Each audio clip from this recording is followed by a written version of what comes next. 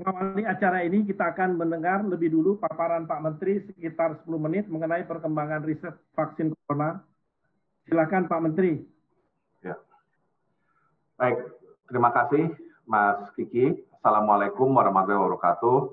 Selamat siang, salam sejahtera, salam sehat buat kita semua. Mas Kiki dan segenap jajaran rakyat merdeka yang terhormat, ini adalah kesempatan yang baik untuk kita bicara mungkin lebih rileks untuk vaksin. Kalau kita melihat kondisi pandemi COVID, baik di global maupun di Indonesia sampai hari ini, kita bisa menyimpulkan bahwa pada akhirnya yang bisa menjadi solusi pamungkas dalam pengertian sisi kesehatan dan kemudian yang tidak kalah penting sisi ekonomi itu bisa teratasi adalah kalau ditemukan vaksin.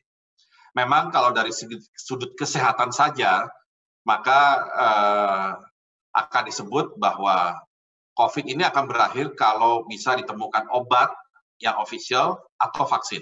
Ya. Tapi kalau dari sudut ekonomi, tampaknya vaksin yang lebih penting.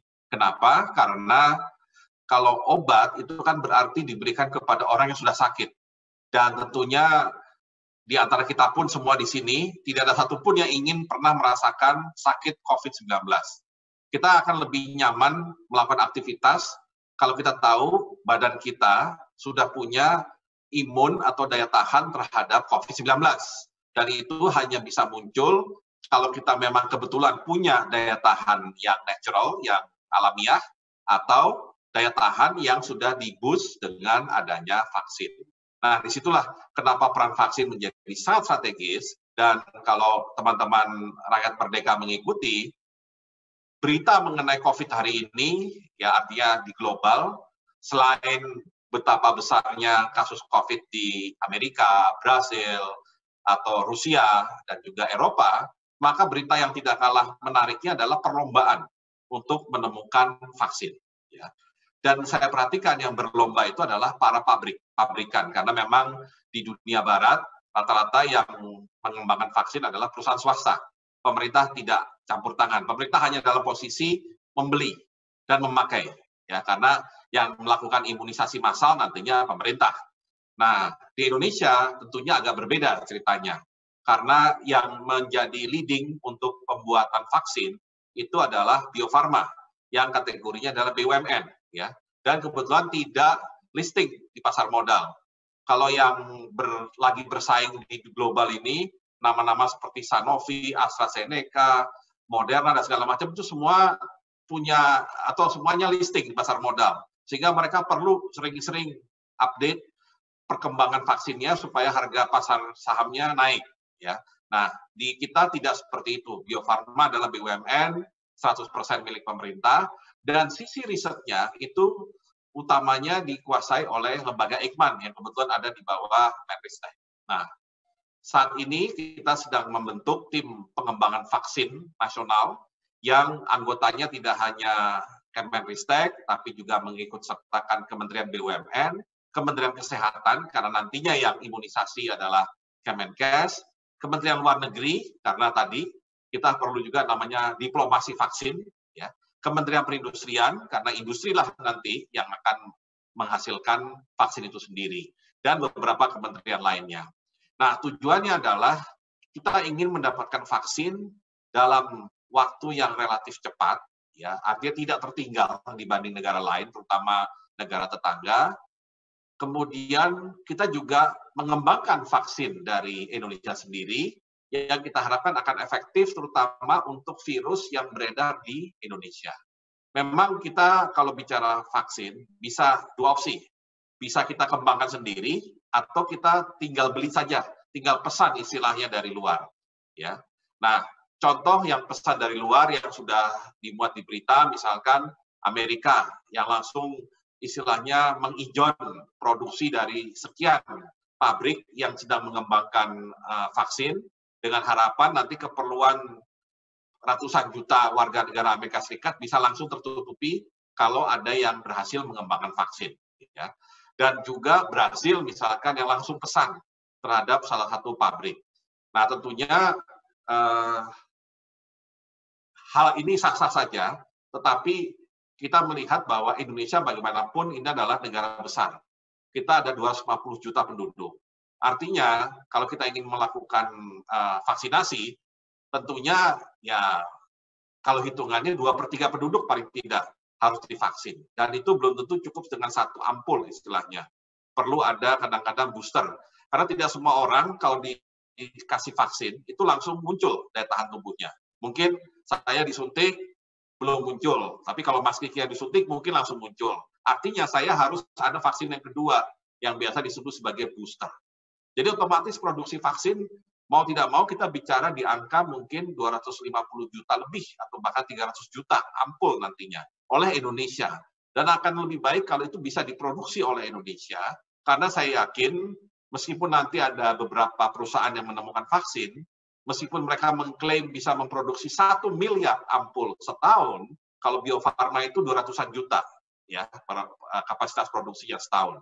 Tapi kan kita nggak ada jaminan bahwa Indonesia akan langsung bisa mendapatkan. Atau, kalaupun kita membeli langsung, ada kemungkinan harganya tidak bisa harga yang normal, ya. Dalam kondisi pandemik, ya, di mana hukum demand supply yang normal ini tidak bisa berlaku, karena sisi demand-nya itu luar biasa besar, sisi supply-nya sangat terbatas, maka kita bisa bayangkan kalau kita hanya membeli, ya, maka harganya itu bisa melonjak.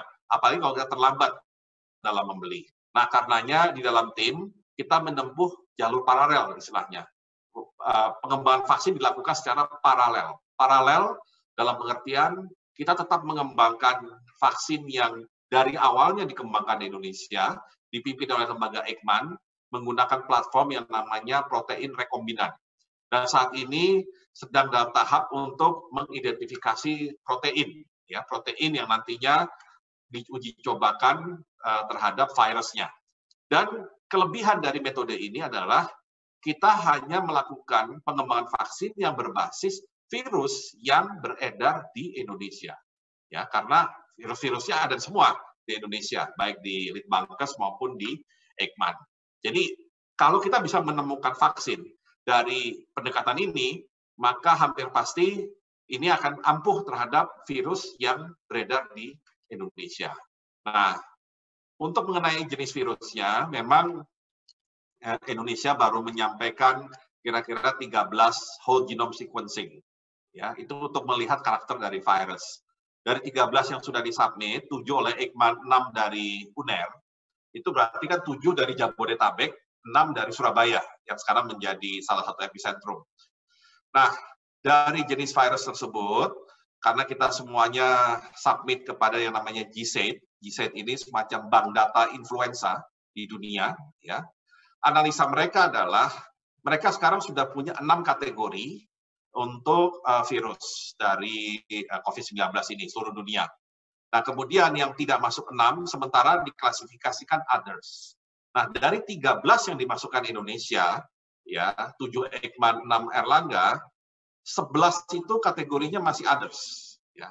Artinya masih di luar yang 6 yang sudah didefinisikan oleh GSAID. Ya.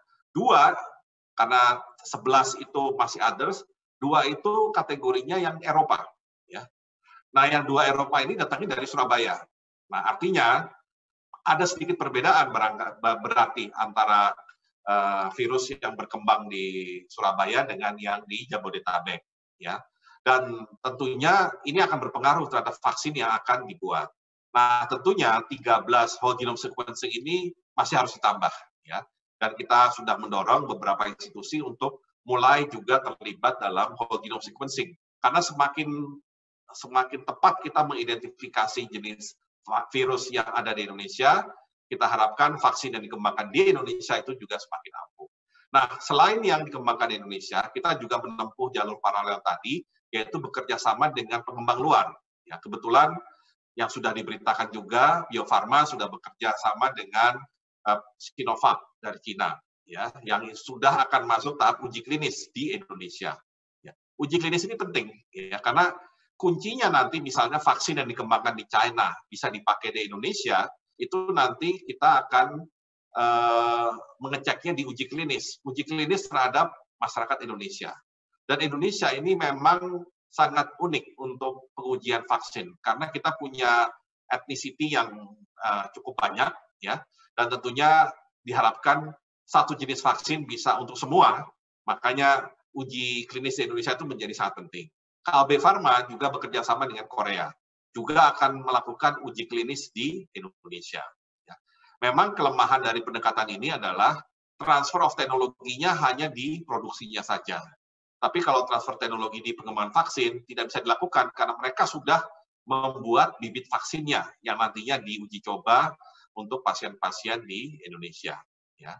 Dan kemudian kita juga sedang mencoba mengembangkan pendekatan dengan metode baru, ya, berbasis DNA, tetapi dengan penggunaan yang lebih advance, ya, sehingga diharapkan vaksin bisa dihasilkan lebih cepat.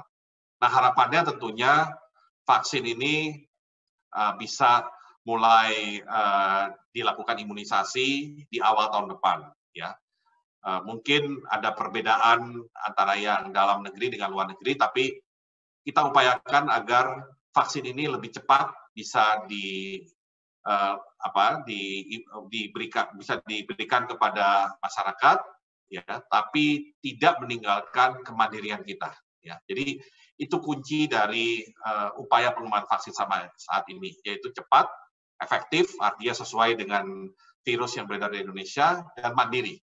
Kita tetap punya kemandirian, terutama dalam produksi dan pengembangan vaksinnya. Kira-kira itu pengantarnya, Mas Kiki, ya. Dan mungkin yang tadi saya lupa sebutkan, pengembangan vaksin itu ada beberapa platform atau beberapa metode. Ya, tadi Eijkman menggunakan rekombinan, yang China dengan Bio Farma menggunakan virus yang dimatikan atau dilemahkan, dan yang Kalbe Farma serta yang baru itu yang berbasis DNA. Ya, itu kira-kira pengantar dari saya. Silakan kalau ada yang ingin didiskusikan. Terima kasih Pak Menteri atas penjelasan dan paparannya, menarik sekali. Karena masalah vaksin ini memang sudah ditunggu-tunggu masyarakat dunia, termasuk masyarakat negara kita. Yang sangat mengharapkan, karena dengan adanya vaksin inilah yang kita bisa menentukan segala-galanya. Kalau vaksinnya ketemu, maka persoalan bisa menjadi lebih ringan dan diselesaikan lebih tuntas. Kalau kita lihat dari beberapa riset, maka ada beberapa riset yang dilakukan dengan metode yang berbeda-beda, tapi kalau tadi kita dengan penjelasan Pak Menteri, maka jelas ini semua terintegrasi dan saling memperkuat, saling sinergi, baik sektor swasta, BUMN, dan pemerintah sebagai institusi penelitian. Jadi ada Bio Farma, ada Kalbe Farmanya ikut, ada perguruan tinggi, ada lembaga Eijkman, dan semuanya ini bertujuan mempercepat penelitian mengenai vaksin, sehingga kita harapkan awal tahun depan sudah bisa kita sebarkan, sudah kita bisa rilis dan sebarkan, bersamaan mungkin dengan vaksin, hasil dari penelitian riset lembaga yang terkoneksi dengan Kemenristek dan institusi penelitian di bawahnya. Karena itu mungkin setelah ini kami akan memberikan kesempatan kepada teman-teman wartawan senior Rakyat Merdeka untuk menyampaikan tanggapan atau pertanyaan mengenai vaksin ini. Pertama, kesempatan kami berikan kepada wartawan senior Budi Rahman Hakim. Kami silakan. Baik. Assalamualaikum Pak Menteri, selamat siang. Waalaikumsalam. Pak, soal COVID-19 itu kan sebenarnya kalau dalam framework yang yang tanpa prasangka, kan ini wabah ya, wabah virus gitu ya, yang memang muncul tiba-tiba gitu ya. Tapi kan dalam kacamata geopolitik dan peta persaingan dunia ini juga sudah sudah dimasukkan dalam sebuah konteks yang disebut dengan biowarfare juga. Artinya munculnya virus ini bukan by accident tapi memang by design gitu ya, Prof. Ya Pak Menteri. Jadi oleh karenanya kalau menganggap bahwa COVID-19 ini merupakan ciptaan dan bagian dari economic war dan perang biologi gitu ya, senjata biologi. Tentu saja pendekatan kita sebagai bangsa apakah tidak berpikir bahwa ini kita harus mempersenjatai diri kita untuk national defense gitu Pak. Bukan hanya mencari vaksin tapi juga kita juga memperkuat security negara kita dari kemungkinan serangan berupa senjata biologis begitu ini Pak. Jadi instead of kita bicara ini sebagai penyakit, tapi ini juga dalam kacamata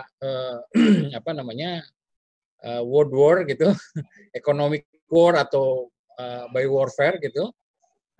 Kita juga peran kementerian dalam hal ini, apakah ada pembicaraan dalam konteks seperti ini Pak. Jadi kita bahkan menganggap harus ada inovasi, kalaupun tidak bikin senjata, ya kita punya senjata pertahanan dari kemungkinan model peperangan yang dengan bentuk senjata seperti ini Pak.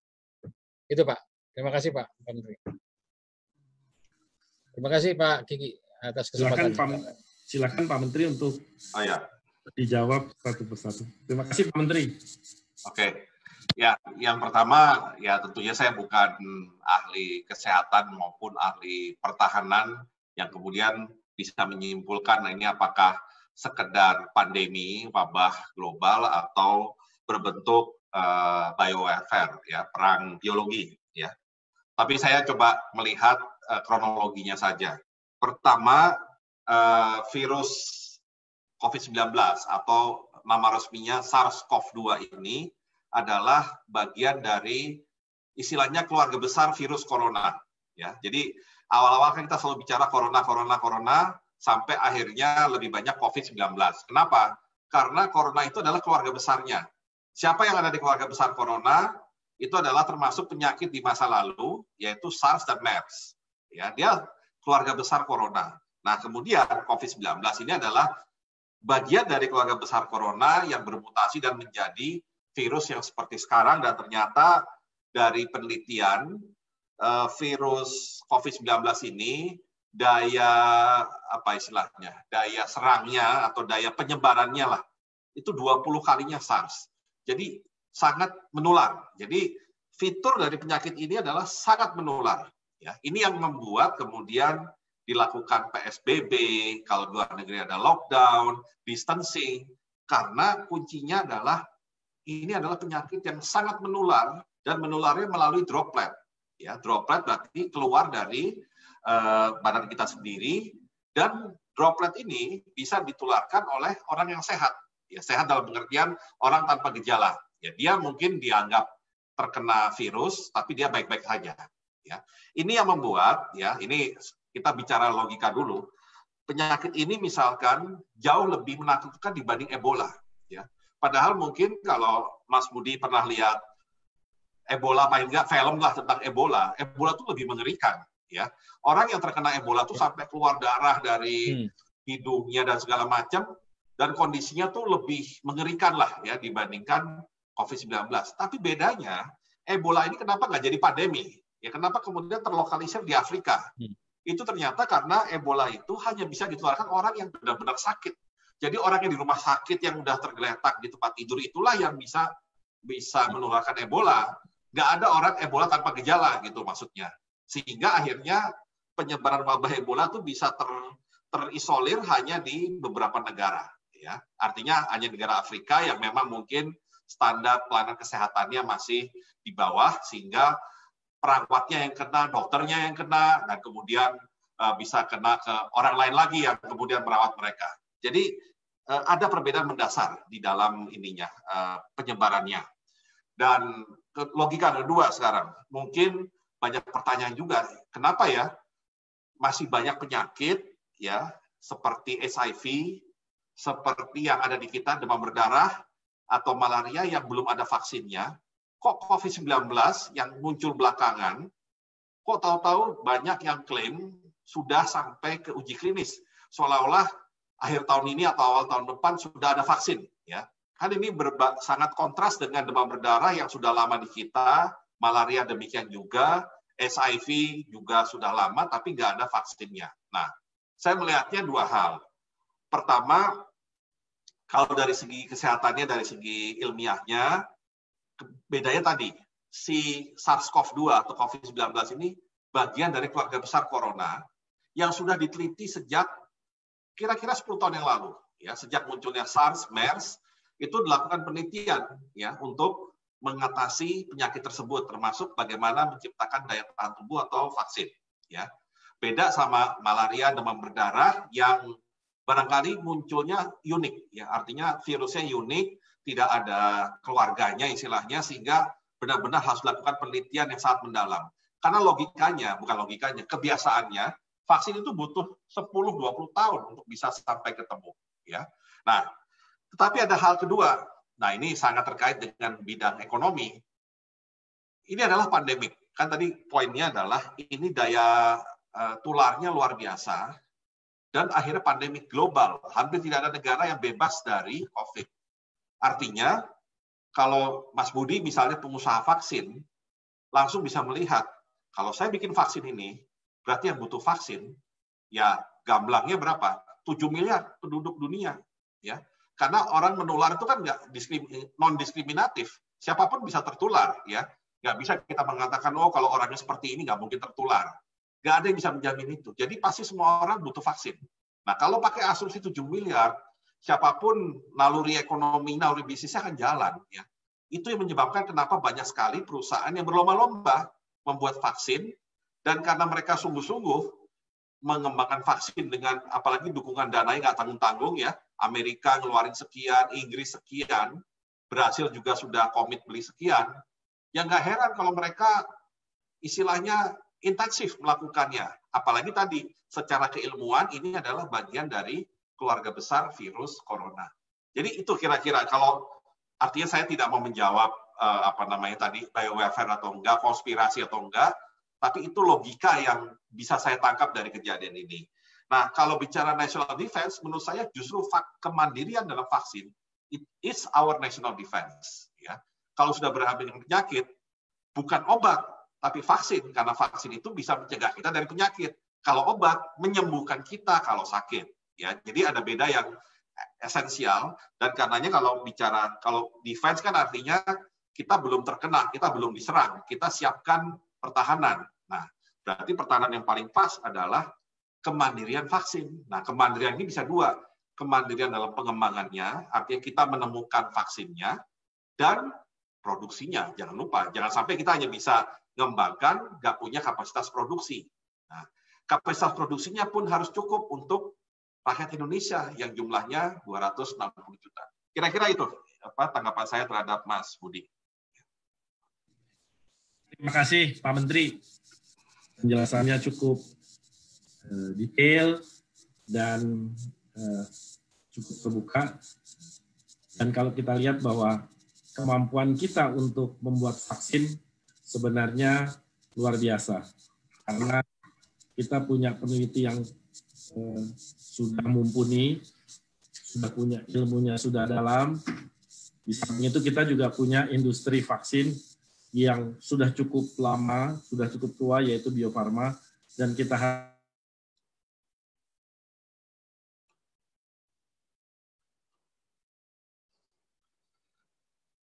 putus, Mas Kiki.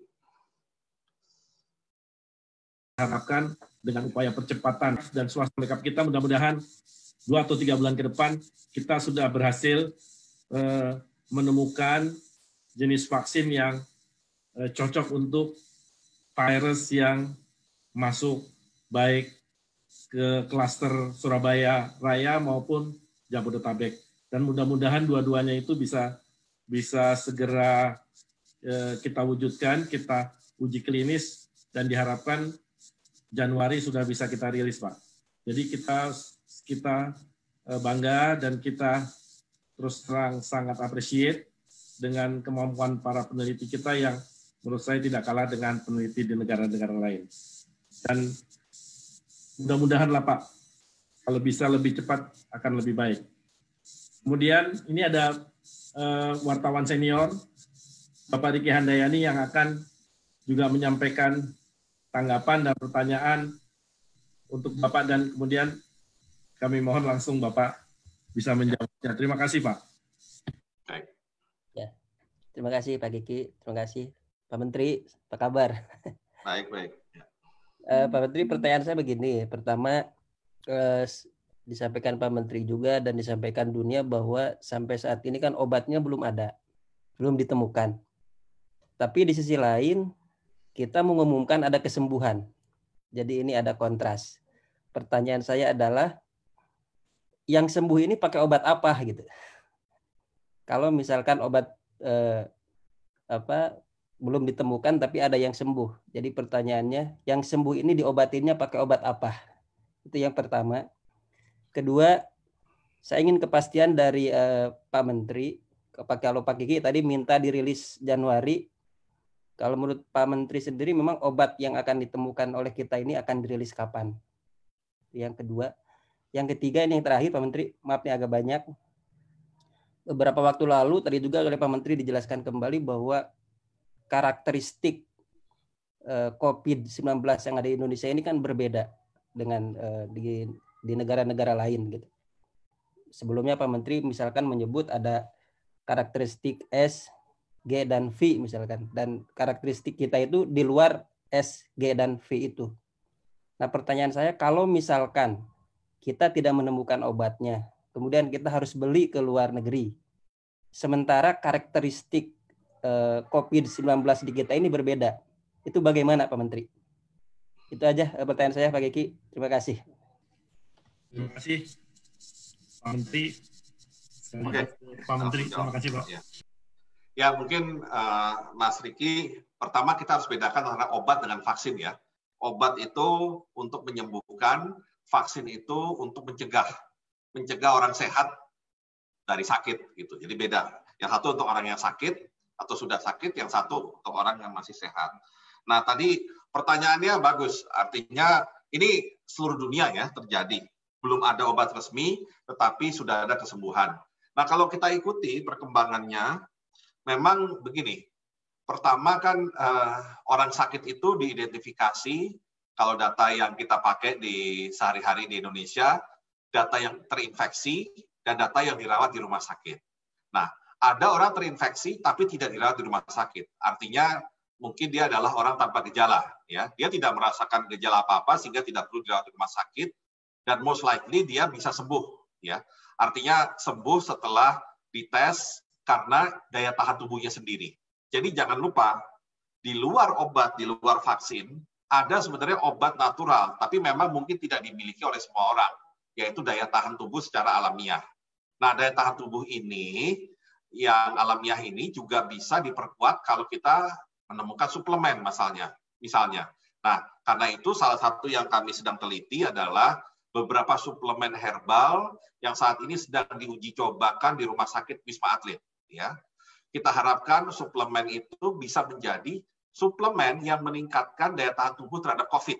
Jadi bukan hanya suplemen untuk daya tahan tubuh titik, tapi suplemen daya tahan tubuh untuk COVID. Karena itu harus diuji cobakan di Wisma Atlet, karena kan di situ isinya adalah orang-orang yang terinfeksi oleh atau terindikasi terinfeksi oleh COVID-19.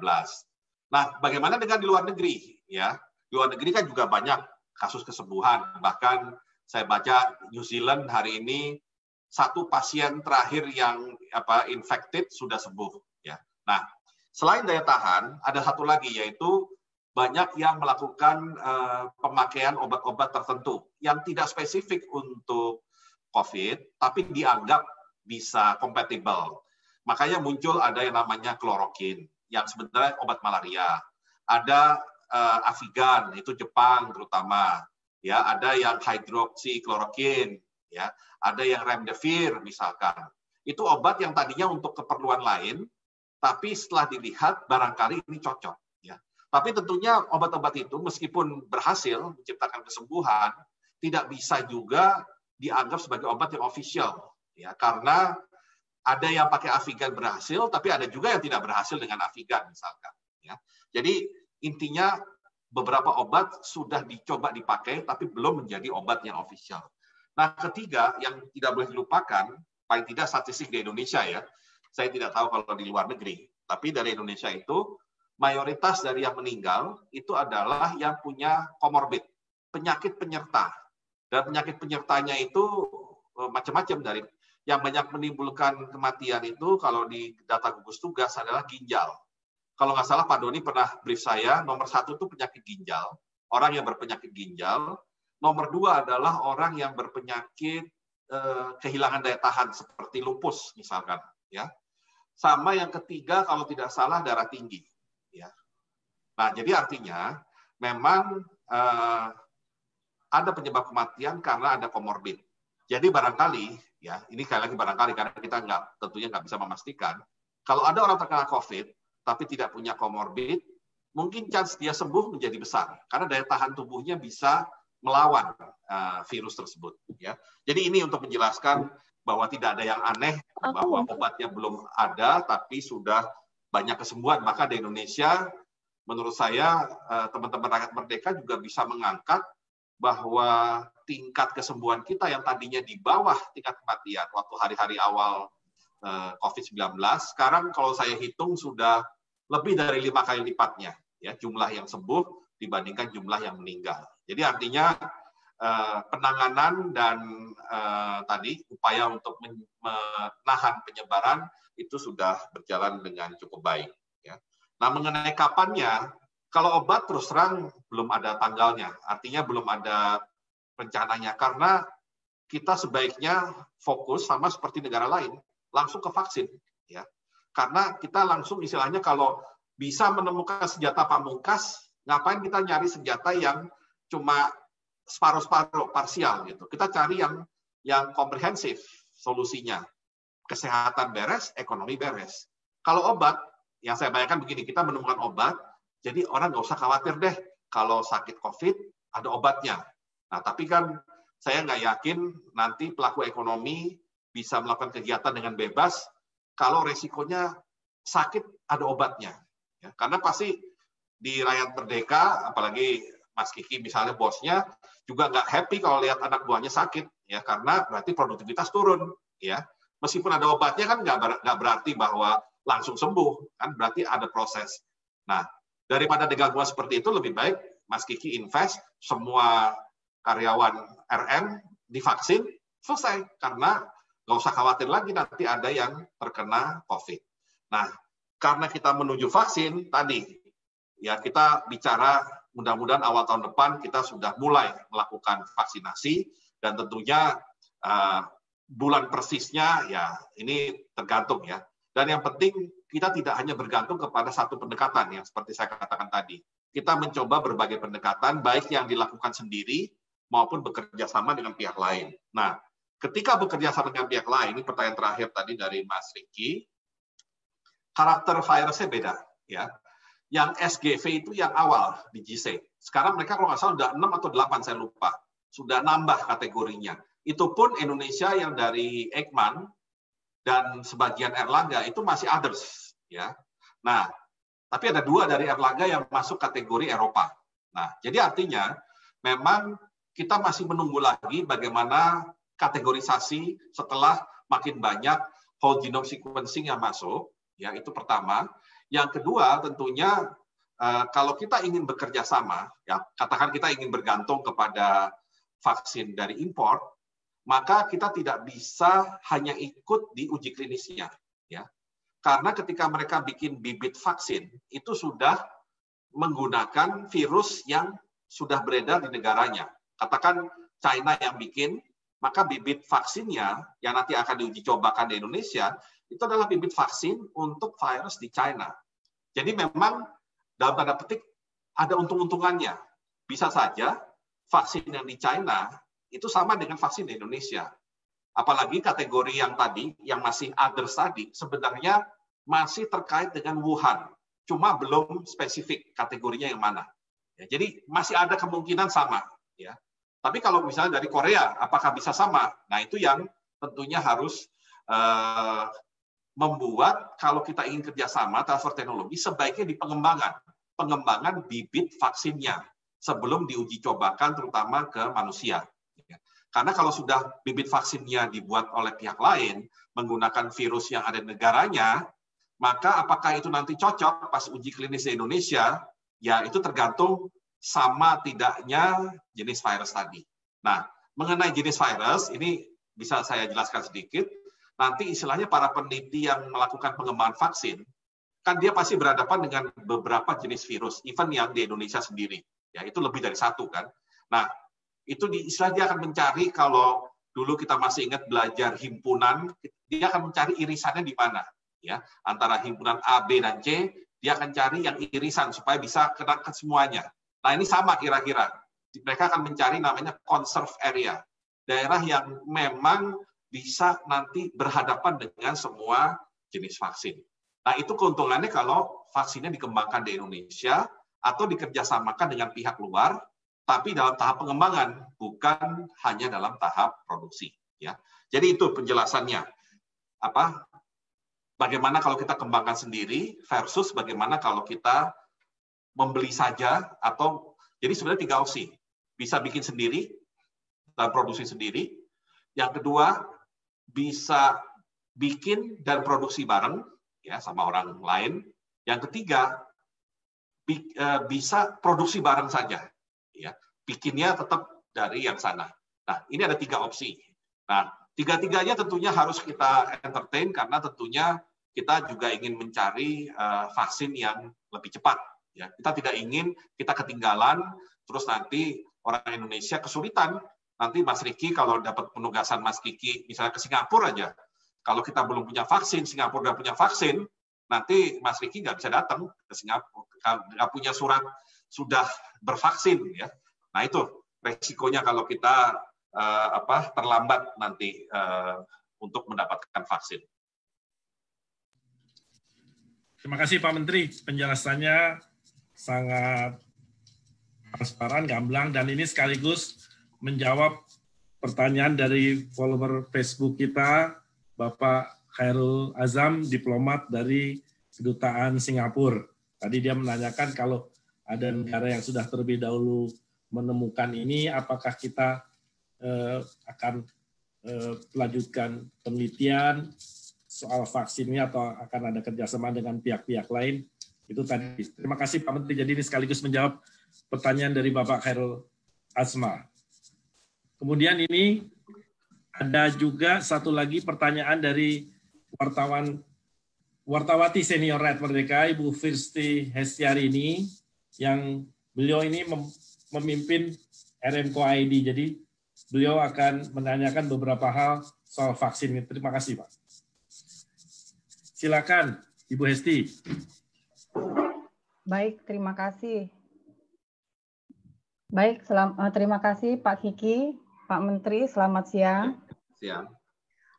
Untuk soal vaksin, saya kira tadi sudah mendapatkan jawaban yang cukup jelas dan komprehensif dari Pak Menteri. Dalam hal ini saya agak sedikit bergeser, mungkin pertanyaannya saya lebih fokus ke new normal, Pak. Dalam new normal ini kan kita diharapkan untuk beraktivitas, menjalankan kegiatan sosial dan ekonomi secara bertahap dengan mengedepankan physical distancing. Dalam hal ini teknologi digital tentunya adalah menjadi keniscayaan untuk menjawab tantangan ekonomi di tengah pandemi. Dalam hal ini bagaimana Kemristek untuk persiapannya dan prioritas apa yang dikedepankan untuk menjawab teknologi digital sebagai jawaban atas tantangan ekonomi di tengah pandemi. Baik, kira-kira itu pertanyaan dari saya, Pak Menteri. Terima kasih. Terima kasih, Bu Firsti. Jadi, bicara new normal, kalau boleh saya ingin memperkenalkanlah suatu pendekatan ya yang barangkali bisa nanti adopsi juga untuk pemberitaan maupun kegiatan di Rakyat Merdeka. Saya menyebutnya sebagai, kalau bahasa Inggris, less contact economy. Ya, jadi ekonomi yang minim kontak. Nah, ekonomi yang minim kontak itu kan pengertiannya, ekonominya tetap berjalan, tetap diupayakan produktif, tetapi dengan kontak yang seminimal mungkin. Nah, kenapa kontaknya minimal? Karena ada protokol COVID-19 itu sendiri. Nah, sekarang pertanyaannya dari Bu Firsti, bagaimana kami menyikapi new normal tersebut yang kami terjemahkan tadi sebagai ekonomi yang minim kontak. Ya. Nah, intinya begini, ekonomi selama ini berjalan dengan lancar, ya, dengan normal maksudnya, itu karena adanya connectivity antar manusia. Ya. Baik connectivity dalam pengertian negosiasi, jual beli, transaksi, yang kemudian juga diwarnai dengan misalnya pembayaran, misalkan melalui cash. Ya. Nah, dasar dari ekonomi itulah yang kemudian harus bisa direplikasi dengan less contact economy, yaitu bagaimana mensubstitusi yang namanya hyperconnectivity antar manusia. Karena sebenarnya antar manusia ini yang terjadi adalah hyperconnectivity. Misalkan ibu naik angkutan umum, ketemu orang, ya, nggak usah sampai ketemu orang lah. Misalkan beli tiket untuk naik kereta, itu pun sudah ketemu orang, kemudian nanti masuk keretanya, ketemu orang, ya, turun dari kereta, naik angkutan, misalkan naik taksi, atau naik ojol, ketemu orang lagi, ya. Jadi, itu adalah interconnectivity yang luar biasa. Nah, masalahnya karena kita punya batasan dalam distancing tadi, makanya hyperconnectivity antar manusia ini yang harus disubstitusi semaksimal mungkin oleh teknologi digital atau teknologi informasi komunikasi. Jadi itu satu poin yang untuk menekankan betapa pentingnya teknologi digital pada saat ini. Nah, kemudian kami melihat juga bahwa sampai ditemukannya obat atau vaksin tadi, ada beberapa prioritas yang menurut saya harus diperkuat, ya. Harus diperkuat selama masa new normal ini, ya. Dan itu sebenarnya sudah mulai berlangsung ketika pandemi. Dalam pengertian lain, pandemi ini sebenarnya upaya untuk mempercepat, ya, upaya untuk mempercepat dilakukannya revolusi industri keempat. Revolusi industri keempat sudah terjadi sebelum pandemi. Semua negara otomatis harus beradaptasi. Nah, kita juga sudah punya agenda untuk melakukan adaptasi. Namun dengan adanya COVID, tampaknya adaptasinya harus dipercepat. Nah, percepatnya seperti apa? Menurut saya, kita bisa fokus kepada beberapa teknologi yang sebenarnya sudah mapan. Ya. Nah, ini yang ingin saya sampaikan, beberapa pendekatan utama yang sudah mapan. Ya, mana tadi? Sebentar ya.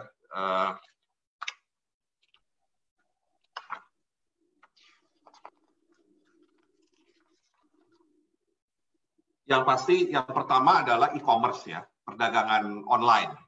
Nah, menurut saya harusnya retail itu juga melakukan perubahan perilaku bisnis yang otomatis akan terjadi kok tanpa atau dengan adanya COVID. Ya, mereka harus menyesuaikan karena kedepannya orang justru akan bisa lebih mudah berbelanja melalui daring tadi. Ya, jadi satu hal online itu harus menjadi garis utamanya. Ya. Bentar, saya kok kehilangan bahan sebentar.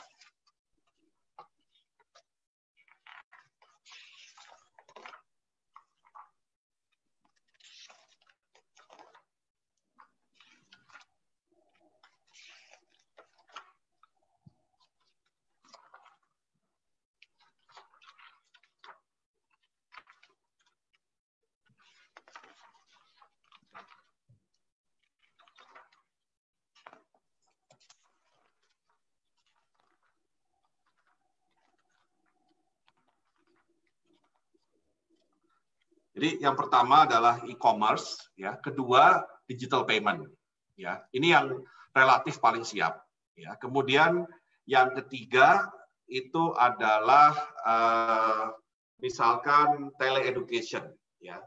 Nah, untuk pendidikan, pandangan kami adalah teknologi digital sebenarnya sangat bisa dipakai, kecuali mungkin untuk daerah-daerah yang konektivitas internetnya masih kurang bagus atau bandwidth-nya kurang memadai. Tetapi secara umum, memang itulah yang akan menjadi pola pendidikan masa depan, ya. Nah, kemungkinan yang paling ideal dalam kondisi saat ini adalah karena kita masih transisi dari yang konvensional menuju digital, itu semacam blended education. Jadi ada yang online dan ada yang offline. Ya. Nah, ini apakah dalam bentuk kelasnya bergiliran masuk, apakah kalau cuma pembekalan teori itu cukup online, nanti kalau praktek baru offline misalkan. Ya. Saya pikir insan pendidikan bisa mendefinisikannya dengan baik. Tapi jangan sampai begini, jangan sampai segala sesuatu yang dilakukan selama pandemi ini yang berbasis digital itu seolah-olah darurat. Ya. Bahkan menurut saya, kondisi seperti sekarang, ya, kalau saya bayangkan Mas Kiki undang saya ke Rakyat Merdeka ya untuk melakukan wawancara seperti ini, saya kok nggak yakin misalnya tingkat attendance-nya akan setinggi ini, misalkan. Mungkin ada wartawan lagi tugas ini, tugas itu, karena kan jadwal saya ke Rakyat Merdeka pun harus menyesuaikan dengan jadwal saya sendiri. Ya, jadi otomatis kalau saya lihat dari efektivitas, mungkin acara seperti ini, work from home, ini adalah bagian dari new normal yang akan menjadi istilahnya pola di masa depan. Ya, jadi bukan karena darurat, tapi ini adalah cara yang terbaik untuk melakukan pekerjaan secara lebih efisien. Ya, pertama, saya nggak perlu datang ke kantor Rakyat Merdeka, berarti saya bisa save some time dalam perjalanan. Ya, kemudian tadi tingkat attendance lebih tinggi, lebih mudah diakses oleh wartawan-wartawan dari yang senior sampai yang junior, dan kemudian waktunya juga menjadi lebih fleksibel, ya. Karena biasanya pengalaman saya kalau harus pindah-pindah acara dalam sehari itu kita kadang-kadang dikejar acara lain atau karena lalu lintas terlambat, macet kita terlambat, ya. Jadi saya melihat sudah saatnya new normal ini mengadopsi benar-benar digital sebagai solusi, bukan lagi sebagai suatu emergency, ya. Nah, selain itu apa? Telemedicine, ya. Kedokteran jarak jauh ini juga harus mulai dibiasakan, ya. Belum lagi nantinya entertainment online, ya. Menurut saya kan konser itu tidak harus nantinya benar-benar semuanya harus datang ke, meskipun ya lebih menarik, tapi kan bisa ada solusi konser berjalan dengan ada pemasukan, ya. Atau misalkan pertandingan sepak bola meskipun sekarang tanpa penonton, penonton tetap bisa, tapi aksesnya melalui TV misalkan, ya. Nah, jadi menurut saya masih banyak ruang untuk kita mengoptimalkan digital sehingga new normal ini tidak harus menimbulkan resiko yang mengkhawatirkan, yaitu resiko dari second wave pandeminya sendiri. Kalau kita benar-benar mau mengoptimalkan dulu digitalnya sebelum kita lihat apa sih yang nggak bisa di-cover digital. Nah, itulah yang kemudian kita lakukan dengan blended tadi, ya. Ada yang offline, ada yang online. Tapi maksimalkan dulu yang online sebelum kita menuju offline. Dan terakhir, infrastruktur. Nah, ini saatnya yang saat terbaik, bagaimana agar infrastruktur telekomunikasi, TIK, ini menjadi infrastruktur mainstream. Karena selama ini kalau siapapun bicara infrastruktur, langsung bayangannya adalah infrastruktur transportasi, jalan, pelabuhan, bandara, listrik, misalkan energi, infrastruktur transportasi. Infrastruktur TIK selalu yang di bawah. Kenapa? Dianggapnya ini komersial. Pasti yang namanya provider mau masuk, padahal nggak gitu. Provider hanya mau masuk ke daerah yang ramai, daerah yang buat mereka menguntungkan. Jadi artinya pemerintah masih harus turun tangan untuk daerah-daerah yang masih remote, daerah-daerah yang mungkin secara ekonomi kurang meyakinkan untuk pelaku, ya. Jadi ini kira-kira garis besar dari pendekatan new normal yang tadi coba kita labelkan sebagai less contact economy, ya. Mudah-mudahan ini bisa menjadi mainstream nantinya di kehidupan ekonomi kita. Terima kasih Pak Menteri. Jadi perubahan ini bukan hanya sekedar perubahan fisik dan perubahan dalam arti virtual, tapi ini paradigma, Pak, ya, perubahan paradigma. Ya, perubahan mindset. Ya. mindset, ke dunia baru, di mana kita justru bisa mencari peluang untuk lebih efisien di dalam banyak hal, Pak. Terima kasih, Pak. Mungkin ada tambah sedikit dari saya. Di samping tadi penelitian soal vaksin, Pak, selama ini sebenarnya banyak hasil riset Bapak tadi yang terutama untuk memperkuat imunitas tubuh. Dari sisi herbal itu kan ada jambu biji, Pak, ada minyak kayu putih dan lain-lain. Kami mohon sedikit penjelasan soal ini karena masyarakat banyak yang bertanya dan menanti soal ini, Pak. Terima kasih, Pak. Ya, tentunya kembali lagi salah satu yang diberikan alam kepada kita, terutama Indonesia, adalah kekayaan biodiversity. Dan kekayaan biodiversity atau yang kita kenal sebagai herbal itu memang mempunyai manfaat untuk kesehatan, ya. Yang tentunya unik dalam pengertian bisa untuk penyakit tertentu, tapi mungkin tidak efektif untuk penyakit lainnya. Bisa efektif untuk individu tertentu, tapi belum tentu cocok untuk individu lainnya. Nah, karenanya kita kemudian di dalam konteks bagaimana menyiapkan herbal kita paling tidak sebagai suplemen meningkatkan daya tahan tubuh terhadap COVID-19, kita membuat prosedur. Ya, artinya kita welcome terhadap semua jenis biodiversity yang diusulkan sebagai namanya imunomodulator ya untuk meningkatkan daya tahan tubuh. Tetapi harus ada proses yang dilewati, yaitu pertama namanya systematical review. Jadi istilahnya ini baru membahas ada apa sih di dalam, apa kandungan zat yang ada di dalam suatu tumbuhan misalkan. Ya. Kemudian kedua, ada bioinformatika, analisa bioinformatika, untuk memastikan secara konsep obat ini memang cocok untuk COVID-19, ya paling tidak untuk daya tahan tubuh tadi. Nah kemudian ada izin juga dari BP POM untuk memastikan substansi tadi, apapun bentuknya, itu tidak menimbulkan efek samping, ya, efek samping penyakit lainnya maksudnya. Nah, setelah semuanya dipenuhi, ada tahapan lagi yang lebih penting, karena ini COVID-19 istilahnya virus baru, ya, virus baru yang tentunya kita butuh tahu lebih banyak dan butuh pengecekan apakah memang virus ini bisa dijinakkan atau bisa ditahan dengan suatu substansi tertentu. Karena itulah diperlukan uji klinis juga. Sehingga kita harapkan nanti suplemen yang muncul adalah suplemen khusus untuk peningkatan daya tahan tubuh terhadap COVID-19. Jadi tidak hanya sekedar peningkatan daya tahan tubuh.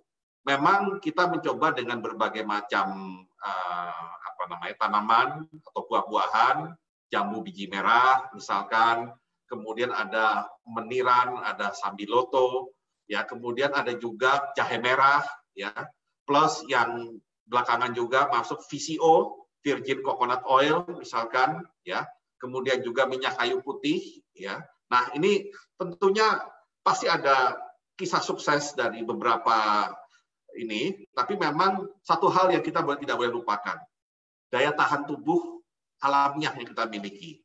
Jadi kadang-kadang kita punya daya tahan tubuh yang barangkali cocok kalau dipertemukan dengan minyak kayu putih, sehingga daya tahan tubuh kita misalnya yang tadinya maksudnya tidak terlalu kuat, menjadi kuat karena cocoknya sama minyak kayu putih. Nah, ada juga yang cocoknya sama jambu biji merah.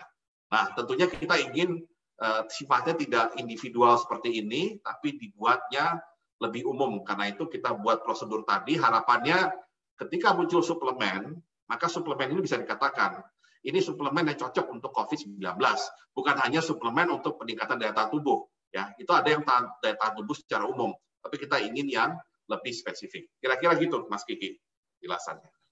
Terima kasih sedikit, Pak, menambahkan sekalian ini mungkin sesi terakhir, Pak, sekalian closing. Penelitian mengenai ventilator dan alkes lain kan juga dilakukan oleh banyak lembaga penelitian di bawah institusi Bapak.